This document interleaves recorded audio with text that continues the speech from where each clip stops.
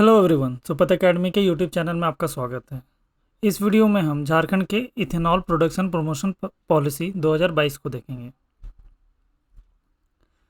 झारखंड के ethanol policy को जानने से पहले हमें जानकारी रखना होगा कि इंडिया में नेशन वाइड कौन सी पॉलिसी चल रही है।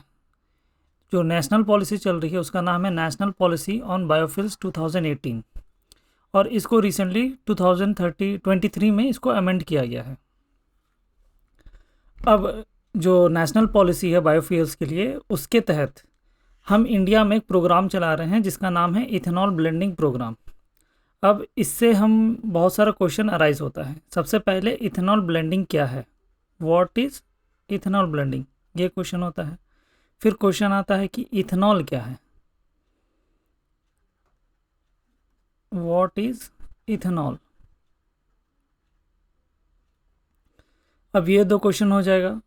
फिर आता है अगर हम लोग इथेनॉल ब्लेंड कर रहे हैं तो कितना कर रहे हैं, तो हाउ मच, ये नेक्स्ट क्वेश्चन अराइज होना चाहिए।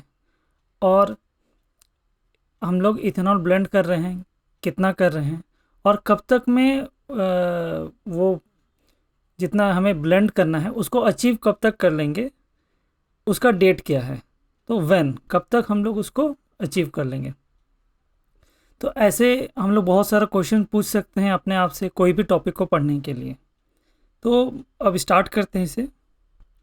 तो सबसे पहला जो क्वेश्चन आता है कि इथेनॉल कितने कैटेगरी में डिवाइड हो सकता है, इथेनॉल क्या है।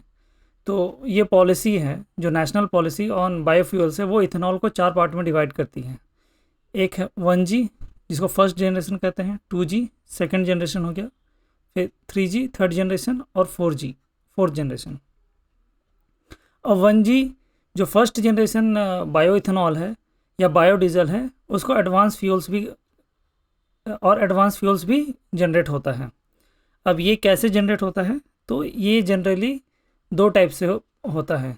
जैसे कि एक में जिस फूड प्रोडक्ट्स में शुगर कंटेंट होगा और एक में जिसमें स्टार्च कंटेंट होगा। अब शुगर कहाँ हो सकता है, शुगर केन में, फिर बीट में आता है,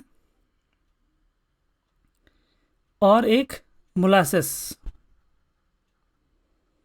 और इससे रिलेटेड जितने भी और भी जो प्रोडक्ट्स होंगे जहाँ पे शुगर कंटेंट होता है, उनसे हम लोग जनरेट कर सकते हैं इथेनॉल। और जो सेकंड कैटेगरी है वो स्टार्च है, जैसे कि वेजिटेबल्स, एग्जांपल इसका पोटैटो ले लेते हैं, पोटैटो। फिर जो ख़राब ग्रेन्स हो जाता है, जो ग्रेन्स हम लोग का यूज़ में नहीं है, वो हो गया। और बहुत सारे वेस्ट, जो खाने का वेस्ट होता है वो सब, तो ये सब आ गया स्टार्च कंटेंट में। तो इन सब को यूज़ करके हम इससे इथेनॉल बना सकते हैं। उसको हम लोग कैटेगराइज करते हैं फर्स्ट जनरेशन इथेनॉल में। अब आते हैं सेकंड जनरेशन में। इसमें आ जाता है कि जो इथेनॉल जनरेट होगा वो नॉन फूड क्रॉप से होगा एंड म्युनिसिपल सॉलिड वेस्ट से होगा। फर्स्ट केस में हम लोग देख लिए जो खाने का सामान हो गया, या फिर जो खाने का सामान जो वेस्ट हो गया, वेस्ट फूड प्रोडक्ट्स हो गया, या वेस्ट फूड ग्रेन्स हो गया, उन सब से बनाते हैं। सेकंड में आता है कि वहाँ पे फूड क्रॉप्स को यूज़ नहीं करेंगे, वहाँ पे नॉन फूड क्रॉप्स को यूज़ करेंगे और म्युनिसिपल वेस्ट को यूज़ करेंगे। तो वो 2G हो गया, वो एडवांस हो गया और सेकंड जनरेशन में आता है ये। अब आते हैं जो थर्ड जनरेशन बायोफ्यूल्स होता है, वो एल्गी बेस्ड होता है। एल्गी, जिसको हिंदी में हम लोग शैवाल कहते हैं, तालाब में, नदी में जो ग्रीनिश टाइप का एक एल्गी जो जमा होता है वही। और ये सी बेस्ड भी हो सकता है, पॉन्ड बेस्ड भी हो सकता है, या रिवर बेस्ड भी हो सकता है। एल्गी कहीं पे भी रहे, उससे हम लोग यूज़ करके थर्ड जनरेशन बायोफ्यूल्स बना सकते हैं। तो अगर एल्गी बेस्ड हुआ वो 3G में आता है। अब नेक्स्ट आते हैं हम लोग 4G में। तो अगर जो 4G या फिर फोर्थ जनरेशन बायोफ्यूल्स होगा वो जेनेटिकली इंजीनियर्ड होगा। तो अब जेनेटिकली इंजीनियर्ड क्रॉप्स पहले बनाएंगे और उनका वेस्ट या फिर उससे जो प्रोड्यूस आएगा उससे उसका जो प्रोडक्ट बनेगा उससे हम जो इथेनॉल बनाएंगे या फिर उससे जो फ्यूल बनाएंगे वो बायोफ्यूल होगा। तो ये हो गया हमारा 4 तरह का जो कैटेगरी होता है इस पॉलिसी के तहत, और ये चारों कैटेगरी इंपॉर्टेंट है, स्टेटमेंट बेस्ड क्वेश्चन इन सबसे बनते हैं। नेक्स्ट आते हैं जो प्रोग्राम चल रहा है इथेनॉल ब्लेंडिंग इन इंडिया। तो सबसे पहले उसका हिस्ट्री के बारे में थोड़ा जानते हैं कि इथेनॉल ब्लेंडिंग कब से शुरू हुआ है। तो ये जनवरी 2003 से शुरू हुआ है। उस टाइम पे मैंडेट कितना था, तो 5% था।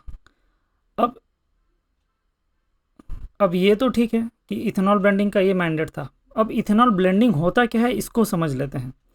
जैसे पेट्रोल है, तो अगर पेट्रोल में हम लोग 5% इथेनॉल मिला देंगे तो 95% अगर हम लोग पेट्रोल रखते हैं और प्लस 5% उसमें इथेनॉल मिला देते हैं, तो इससे जो हमें पेट्रोल मिलेगा उसको बोलते हैं E10 पेट्रोल, जिसमें इस पेट्रोल में 10%, सॉरी इसमें 5 है ना, तो E5 अगर रख लेते हैं तो 5% इसमें इथेनॉल ब्लेंडेड है। मतलब कि मिलाते हैं हम लोग 5% इथेनॉल मिलाते हैं। अब इससे फ़ायदा क्या होगा? फ़ायदा ये है कि इंडिया में ऑयल प्रोडक्शन बहुत कम होता है। हमारे महाराष्ट्र में, गुजरात क्षेत्र में और आसाम का दिग्बोई क्षेत्र से ही हमें पेट्रोलियम मिलता है। तो ये मेजर 3 पॉइंट है इंडिया में जहाँ से हमें पेट्रोलियम मिलता है। तो मेजर चंक हमारा इंडिया में जो ऑयल आता है वो इंपोर्ट होता है, चाहे मिडिल ईस्ट जो गल्फ़ कंट्रीज़ है वहाँ से इंपोर्ट होता है, या रसिया से इंपोर्ट होता है, या कोई भी दूसरा हमारे फ्रेंडली कंट्रीज़ है वहाँ से हम लोग इंपोर्ट करते हैं। तो सबसे पहला कारण है कि ब्लेंड करने का जो सबसे फर्स्ट कारण है कि हम लोग ऑयल इंपोर्ट्स कराते हैं। ऑयल हम लोग इंपोर्ट होता है और इंपोर्ट कराते हैं तो पैसा लगता है, billions and billions of dollar हम लोग का जाता है ऑयल्स को मंगाने के लिए, बिलियंस में जाता है, बहुत ज़्यादा पैसा खर्चा होता है हम लोगों का ऑयल इंपोर्ट कराने में। अब अगर 5% ही हम लोग उसमें ब्लेंड कर देते हैं, इथेनॉल ब्लेंड किए तो 5% जो इथेनॉल बना वो हमारे देश में ही बना, तो इसका प्रोडक्शन में हमारा खर्चा कम लगा, तो एटलीस्ट 5% का तो हम पैसा बचा सकेंगे। तो इसी सोच के साथ government of India ethanol blending का प्रोग्राम इंडिया में शुरू की थी। मेन क्या है, हमें अपना डिपेंडेंसी दूसरा देशों के ऊपर कम करना है। तो इसीलिए सबसे पहले ये जनवरी 2003 में स्टार्ट हुआ। जनवरी 2003 में स्टार्ट हुआ, जिसमें मैंडेट कितना था कि 5% ही पेट्रोल में इथेनॉल ब्लेंड होगा। और ये स्टार्ट हुआ था पहले 9 स्टेट्स में शुरू हुआ था एंड 4 यूनियन टेरिटरीज में शुरू हुआ था। बाद में इसको फिर एक्सपैंड करके नवंबर 2006 में कहाँ तक कर दिया गया, तो 20 स्टेट्स एंड 4 यूनियन टेरिटरीज तक में कर दिया गया। ये तो हो गया हमारा थोड़ा एक ब्रीफ हिस्ट्री। अब देखते हैं कि प्रेजेंट में जो इथेनॉल ब्लेंडिंग हो रहा है इंडिया में वो कितना चल रहा है। तो प्रेजेंट का जो हमारा टारगेट था, जो इथेनॉल सप्लाई ईयर इसका टारगेट था हम लोगों का 10% ब्लेंड करना, और इसको हम लोग कब तक अचीव कर लिए, तो 2021-22 तक में हम लोग इसको अचीव कर लिए। ये हम लोग का अचीवमेंट हो चुका है और यही अभी गवर्नमेंट सेल कर रही है 10% इथेनॉल ब्लेंड करके। इसको हम लोग E10 पेट्रोल बोलते हैं, जिसमें इथेनॉल का ब्लेंडिंग परसेंटेज कितना है, तो 10% है। अब क्या था कि जो नेशनल पॉलिसी ऑन बायोफ्यूल्स 2018 ये था, तो इसके तहत गवर्नमेंट ऑफ इंडिया का जो प्लान था उसमें 20% इथेनॉल ब्लेंड करना था 2030 तक। लेकिन हमारा जो 10% का ब्लेंडिंग का टारगेट था उसको हम लोग 2021-22 में ही अचीव कर लिए हैं।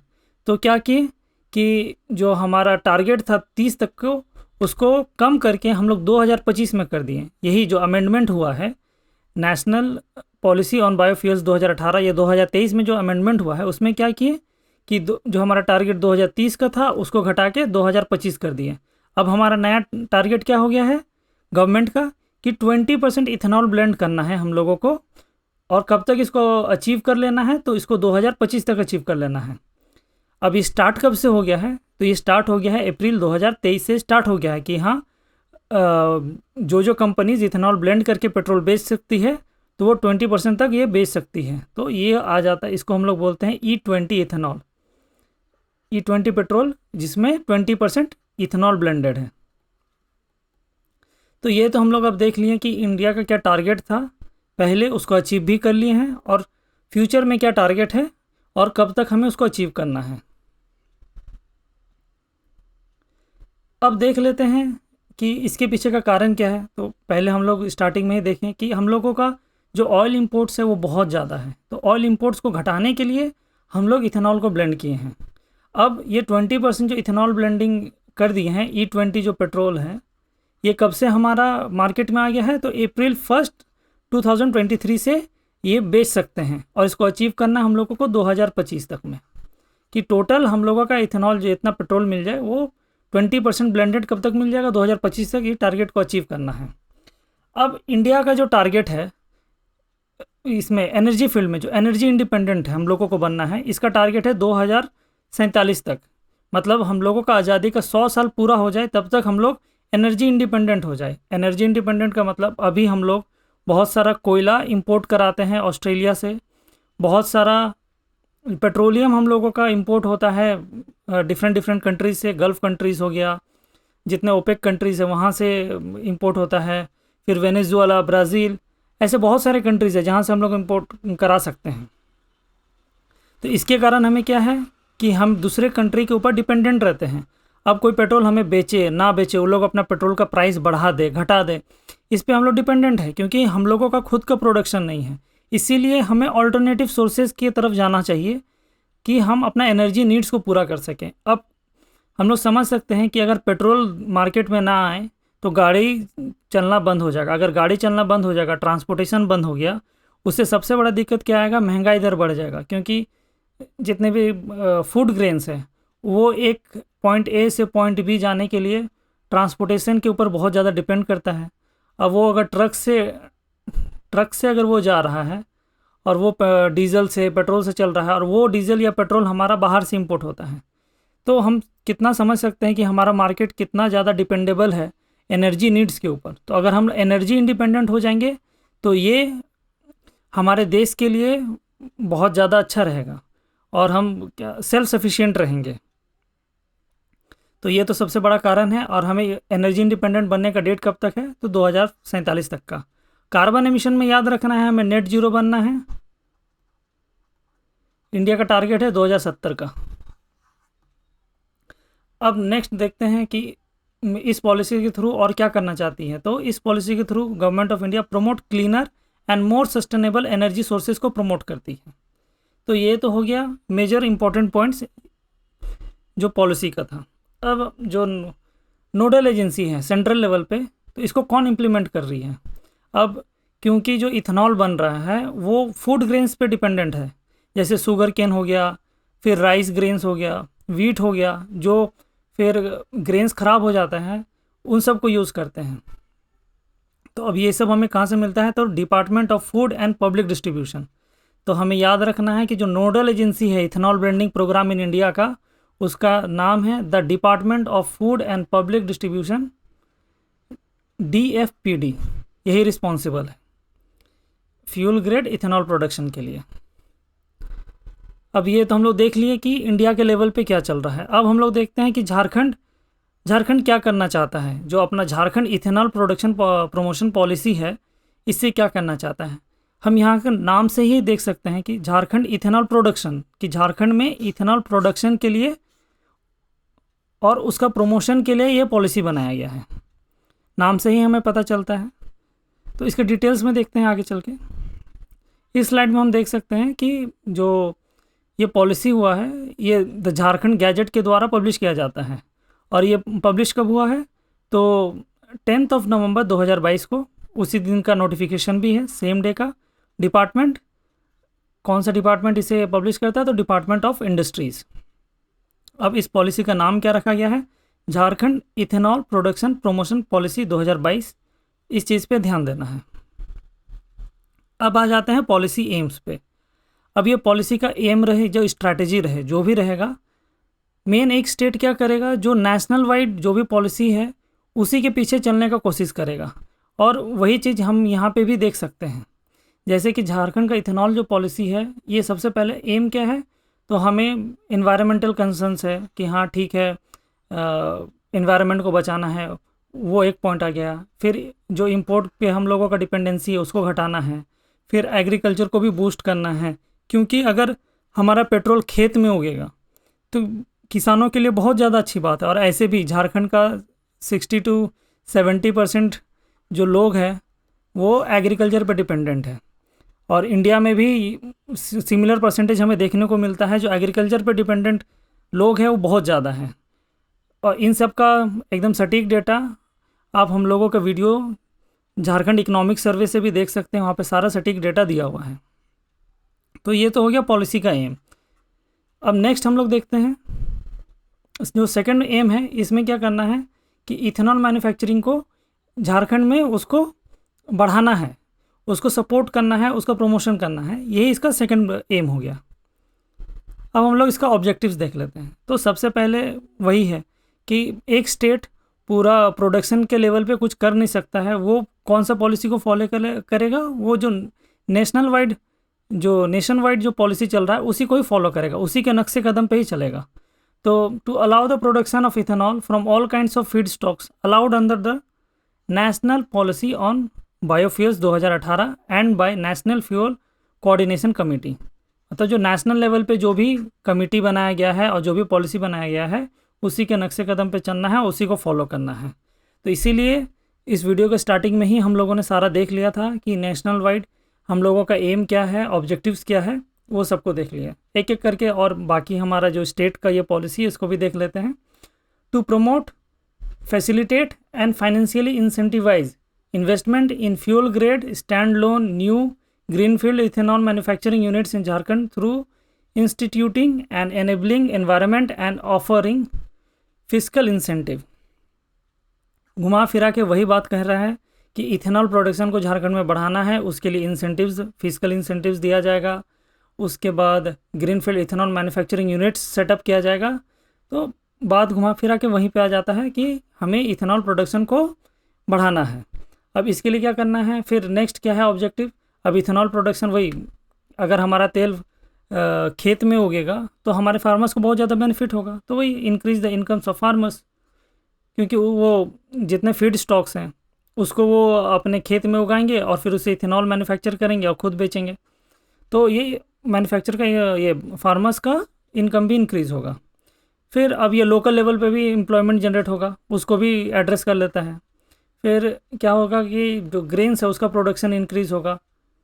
To increase the production of grains used in production of ethanol and providing forward and backward linkages between farmers and industries through SFCs and FCIs। अब अलग अलग जो गवर्नमेंट का स्कीम्स है और गवर्नमेंट का जो यूनिट्स है या फिर मशीनरीज बोलेंगे, उन सब को यूज़ करके हमें क्या करना है, फार्मर्स के साथ उन्हें कनेक्ट करना है और इथेनॉल का प्रोडक्शन और प्रमोशन को उसको इंक्रीज़ करना है। यही कहता है ये वाला पॉलिसी। अब देखते हैं कि जो पॉलिसी का वैलिडिटी है ये कब तक के लिए है। तो 2022 से 2027 तक 5 साल का इसका वैलिडिटी है। नेक्स्ट अब हम लोग देख लेते हैं इंसेंटिव्स। इसमें हम लोग देखते हैं कि एक खास करके जो मैन्युफैक्चरिंग यूनिट सेट करेगा उन लोगों को इंसेंटिव्स मिलेगा। अब देख सकते हैं कि जो MSME सेटअप होगा उसको 10 करोड़ तक का मिलेगा इंसेंटिव्स, और जो नॉन MSME है उसको 30 करोड़ तक का मिलेगा इंसेंटिव्स। स्टैम्प ड्यूटी में 100% का माफ़ी होगा, रजिस्ट्रेशन भी पूरा माफ़ होगा। जो बाकी सारा हम लोग पॉलिसीज़ में देखते हैं सेम टू सेम वही ये सेम पैटर्न में चलता है। स्टैम्प ड्यूटी 100% माफ़, रजिस्ट्रेशन फ़ी माफ़, लैंड कॉस्ट में अगर 100% वो इथेनॉल के लिए अगर हो रहा है तो उस वहाँ पे 100% माफ़ होगा, और 50% तक का रिबेट के लिए मतलब वो लोग एलिजिबल भी रहेगा। फिर इंटरेस्ट के लिए तो 6% पर एनम तक इंटरेस्ट दिया जाएगा, और जो अर्ली बर्ड होंगे जो पहले इसमें आके अप्लाई करेंगे उनको 5% का एक्स्ट्रा सब्सिडी मिलेगा। ये जो CPIS है, कॉम्प्रिहेंसिव प्रोजेक्ट इन्वेस्टमेंट सब्सिडी, इसमें 10 करोड़ तक है, तो बाकी इसमें 5% एक्स्ट्रा भी मिलेगा। और SC STs के लिए प्लस 5% और रहता है, या फिर हर एक प्रोग्राम के हिसाब से अलग अलग फैसिलिटीज़ दिया जाता है। तो हमेशा SC STs अगर कोई कैंडिडेट ये मैन्युफैक्चरिंग यूनिट सेटअप कर रहा है तो उनको ज़्यादा ये दिया क्या कहते हैं सब्सिडी दिया जाता है एक्स्ट्रा, क्योंकि ये वीकर सेक्शन है सोसाइटी का और उनको भी हमें ऊपर उठाना है ताकि वो लोग भी मैन्युफैक्चरिंग सेक्टर में जुड़े। तो ये सारा इंसेंटिव्स हो गया। इंसेंटिव्स में एक इम्पॉर्टेंट इंसेंटिव जो एग्ज़ाम पॉइंट ऑफ व्यू से इम्पॉर्टेंट है, इसमें 13,000 तक का पर एम्प्लॉय को सब्सिडी मिलेगा, पर एम्प्लॉय तक के लिए सब्सिडी मिलेगा। और ये किस लिए है, तो स्किल डेवलपमेंट सब्सिडी इसको कहते हैं। Skill development subsidy, one time skill development subsidy मिलेगा पर एम्प्लॉय तक के लिए। कितना मिलेगा, तो ये 13,000 तक का मिलेगा। तो ये इंसेंटिव इम्पॉर्टेंट है। अब पढ़ लेते हैं कि इसका नोडल एजेंसी कौन है। तो झारखंड में जो ये पॉलिसी है, पॉलिसी को इम्प्लीमेंट करने का जो नोडल एजेंसी है उसका नाम है department of industries, government of Jharkhand. बस इसी के साथ ये पॉलिसी हम लोग पढ़ लिए, और ये ऐसे ही बहुत सारे पॉलिसीज़ का हम लोगों ने समरी लिया है और कोशिश कर रहे हैं ताकि स्टूडेंट्स को ज़्यादा से ज़्यादा बेनिफिट हो। तो हमारे चैनल से जुड़े और इसका बेनिफिट उठाएं। नेक्स्ट वीडियो में फिर से मिलेंगे, तब तक के लिए जोहार, थैंक यू।